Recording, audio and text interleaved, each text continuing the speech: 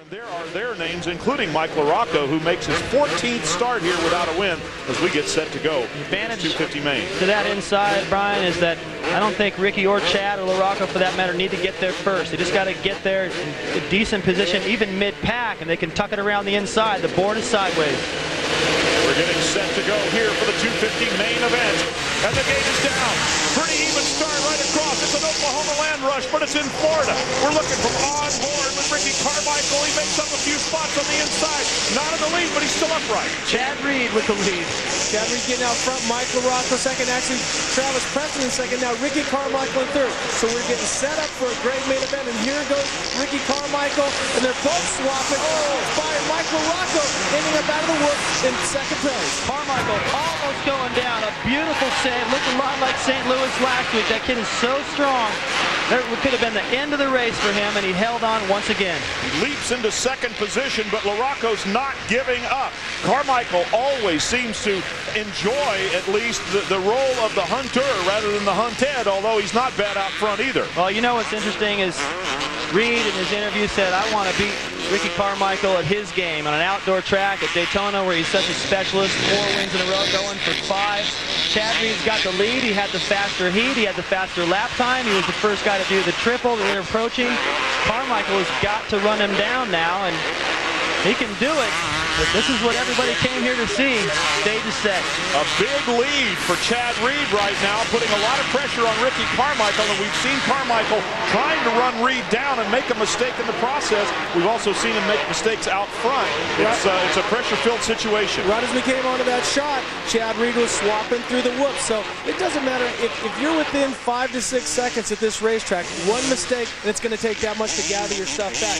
We saw Grant Langston go down. We saw Davey Millsaps go down. It's not always the fastest guy. A lot's going to happen. Let's watch this. Watch Ricky Carmichael manipulate this course. I love being a fly on his helmet, trying to chase Chad Reed there with that onboard camera. And there is Carmichael. A good tight look at him. Just 2 seconds in front is Chad Reed the last time they crossed the start-finish. What's got to be on their minds right now is Atlanta, where Chad had the whole shot.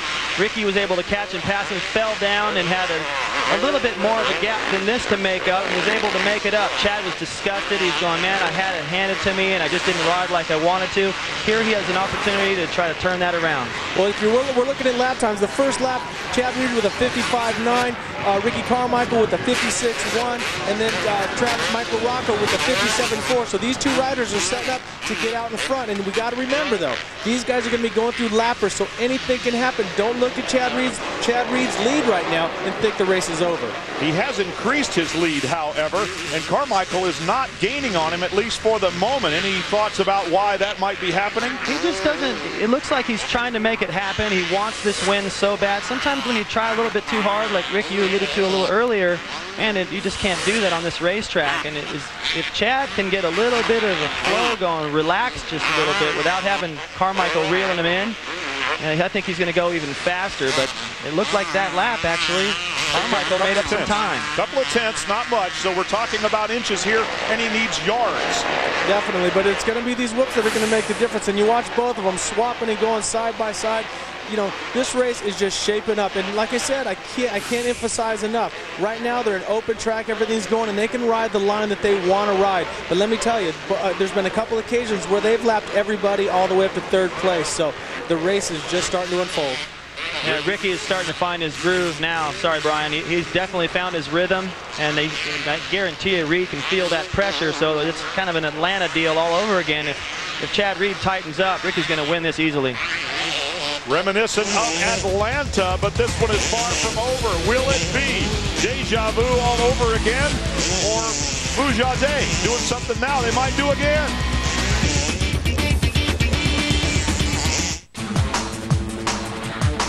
Speed Channel coverage of the Daytona Supercross is brought to you by Kawasaki, the leading edge of power, performance, exhilaration. And by Parts Unlimited. We support the sport. You have been riding on board with Ricky Carmichael. Chad Reed is that dot in the distance. And fellas, I have to ask both of you, would you rather follow or lead at this point in this race? Which is the advantageous position? Right now, I would definitely want to be Ricky Carmichael because you're watching Chad Reed, who he knows had a faster lap time and had a faster heat, so he can try different lines, try inside, try out, and he's getting facts of which is faster. Chad Reed, on the other hand, has to try something, and it could be a big mistake and lose that lead. Ricky Carmichael is slowly itching away at it, so I would choose rather to follow the lead. David? Yeah, I think that's going to, right now I'd rather be Chad, but when they get into lappers, I'd rather be Carmichael, and that's going to happen here pretty quick. You know, Carmichael has definitely found his rhythm. He's definitely putting the pressure on. Chad can feel it, but that last lap, he held his gap. Carmichael looks a little shakier, actually, but he always does. And I find that particularly interesting because in road racing, which we're also doing here, you want to be the first guy through the lappers. You're saying the second guy. Why? Well, what happens a lot of times is, you know, the lap riders don't realize the leaders are coming up as fast as they are, and the blue flag comes out, and they don't get out of the way as easily as they do once they see the leader come by. They're like, oh, okay, it's the leaders. I definitely got to get out of the way, and it usually kind of yields a little bit better to the guy in second place. The two riders coming up on the first lap rider that they've caught at speed. There's been a couple riders that have gone down that they've passed passively, but now Jason Thomas is coming up. He has to just move over and let them by, but sometimes you can't get out of the way. You get stuck in those ruts. Oh. Right there, you see how close and tight it is. The Daytona track, when it gets the deep ruts and that's your only option, sometimes you end up banging into the lap riders. See him jump right over that hay bale right there. I mean, they're doing whatever they got to do to try to find a smooth or a little bit faster line. And you know, I think what Chad's got to do here is just not leave an opening. You know, I think he can put up with the pressure. I think he's got the fitness to go the distance. He just cannot leave the door open. If he goes wide anywhere, Ricky's going to shove it in. So as the track continues to change, it's almost like riding in the woods. Definitely. You got to find your line different every lap almost. But it's unbelievable. Let's just listen to what Ricky Carmichael is doing and watch how he catches Chad Reed.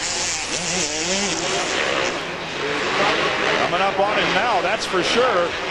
As Carmichael and Reed are on the same berm, and the distance between them you can see on the screen. On the clock, it's less than a second. It was up to 2.5 at one point. Here it comes.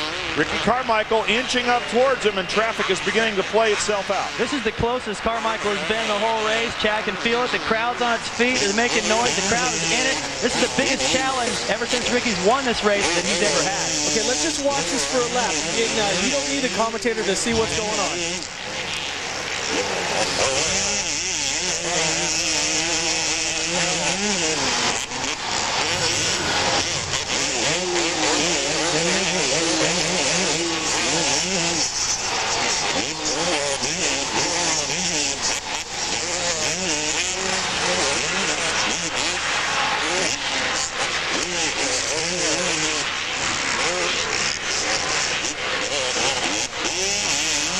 Talked about how Chad couldn't leave the door open anywhere. He took the furthest inside line to that corner yet because he could feel Ricky's pressure. I have to tell you, folks, this is the best helmet cam I've ever seen. I can actually, it reminds me of when I used to ride. I just didn't go this fast. And, it's unbelievable how they're jumping side by side. These two guys, these are the best in the world right now, and they are hard.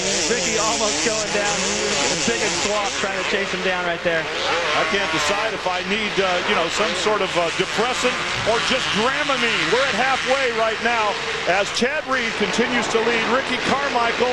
We're going to have to take a quick commercial break. You know how it is here in the US of A. We'll be right back, and we promise you won't miss a thing.